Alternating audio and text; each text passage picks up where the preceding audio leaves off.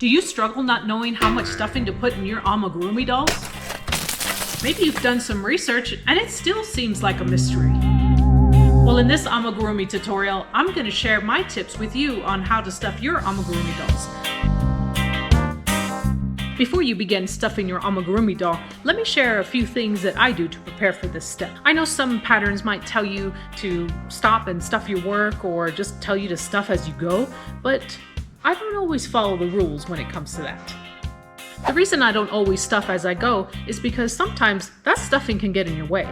I end up crocheting the stuffing into my work because my hook grabs the stuffing and it's not a good look.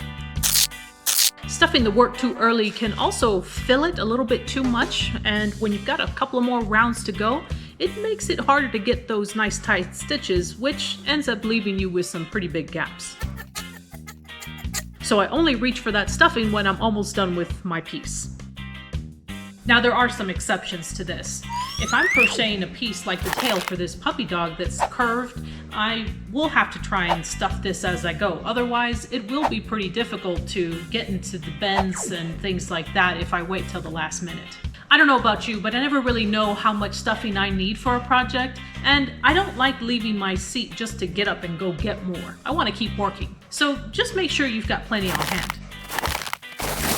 Okay, maybe you don't need that much stuffing, but I just grab whatever bag I have on hand and bring everything with me. Oh, and make sure you have enough time to sit down and add the stuffing to your doll. This isn't a quick process, and I think it's better when you do it without being interrupted. Okay, so you've waited to stuff your work, you've got plenty of polyfill on hand, and you've got enough time to get everything done without being interrupted. If you're a mom, somebody's gonna come over and ask you for something. Now that you're ready, let me show you what to do. I make sure to put a stitch marker into my working loop because I don't want anything to unravel at this point. Then I pull off small amounts of the stuffing and fluff it up before putting it into my work. In the beginning, this can seem like a long process because we need to add enough stuffing to fill most of the work. As your doll starts to fill up, I continue adding small amounts into the center and then pushing it towards the edges. I'm careful to look for the areas where I crocheted increases or decreases because those are places where shaping matters.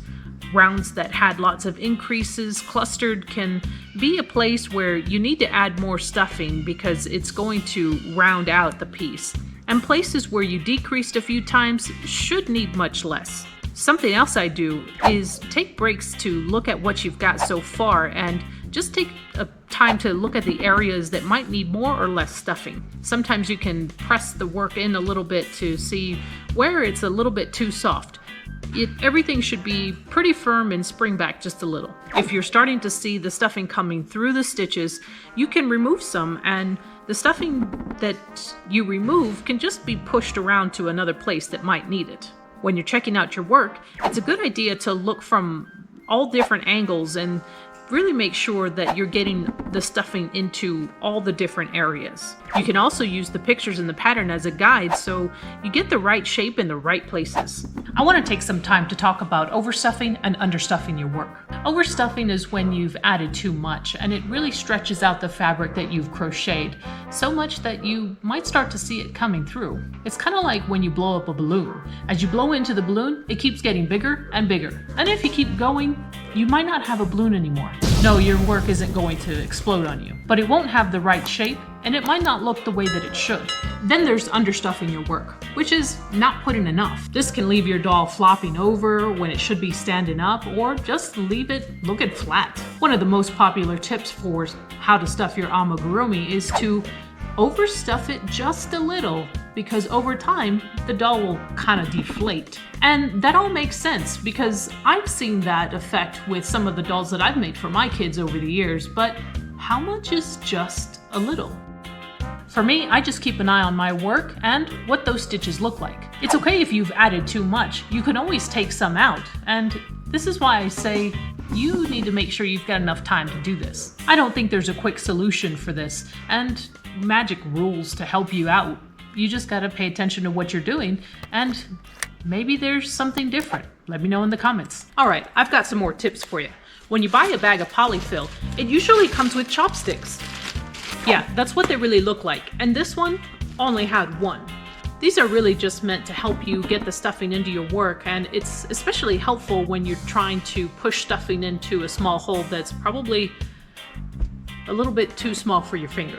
Elise Rose here on YouTube says that if this breaks, or if you break it in half, the jagged edges that are left behind actually grab the stuffing really well and help you push it into your work.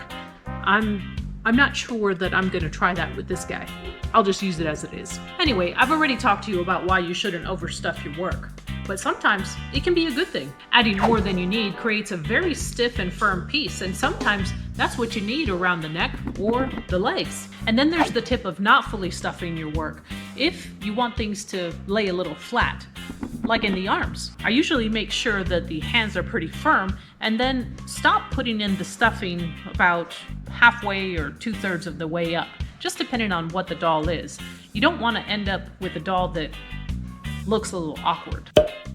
Here's another tip for you. If you run out of stuffing, you might be tempted just to go with what you got, but don't. Even just the smallest amount of stuffing inside your work or not inside your work can make a big difference. You might want to look for other materials that you can use to stuff your doll just to finish it up, but don't. Using different materials could change the look and feel of the doll, so you're better off just waiting till you get more. My next tip is to make sure you don't completely stuff your work if you still have a few more rounds to go. Remember the reason why I don't stuff as I go? Well, that also applies here. In my elephant lovey example, I stuffed just enough of the head to make sure that the bottom half was filled and focused on really making sure that the shape was good enough on that bottom half, leaving the top half empty. Then when I start crocheting again, I pay attention to what that really feels like for me. If I'm struggling to get those stitches tight together, then I might need to remove some of that stuffing before I finish up those last rounds. So if you have a few rounds remaining, make sure not to add too much. When you're done crocheting the last round in the pattern, you'll probably still have a little bit of a small hole. This is when I like to go ahead and add the remaining stuffing and make sure to get all the stuffing that you need in. This is your last chance to stuff. It can be difficult to add stuffing in such a small hole, and I know that it's going to also take a long time to make sure everything comes out just right, because you got to add little bits of stuffing at a time and really kind of try to push that stuffing into the edges. But I find that this helps me from having those large gaps in those final rounds that you're trying to crochet, especially when you have to do that decrease. Once I'm happy with the final shape of my work, I use this technique to close up that last round in the pattern. I'm not too sure where I first saw this done, if it was in a blog or a YouTube video, but I use it all the time now. I'm using a yarn tail to tie up this last round, and I go through the front loop of every stitch, making sure to exit through the bottom. Then I pull everything tight while pushing down on that hole just a little bit, and everything closes up nicely.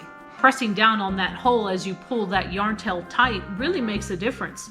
Once I forgot to do it, and my doll ended up looking like he got hit on the head. I hope this all makes sense and helps you complete your next amigurumi project. In the end, when you're done with your doll, if you don't like the results that you have, don't be discouraged. Sometimes it just needs a little more detail, like eyebrows or some eyelashes.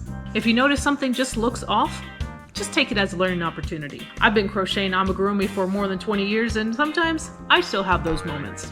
Crocheting amigurumi is a process, and it's learning a bunch of different skills that come together in just the right way, and I even made a video on it. You can check it out there. The great thing about crocheting amigurumi is that there are pretty much solutions for every problem that you encounter, and people willing to share those solutions here on YouTube and Facebook groups, so maybe you just need to do a little bit of research. By the way, if there's anything that I can help you with, let me know in the comments. Look, whatever happens, just ask for help, and keep crocheting. That's going to be it for now. Don't forget to like, subscribe, and come back for more. Thanks for watching. Oh, here come the sheep.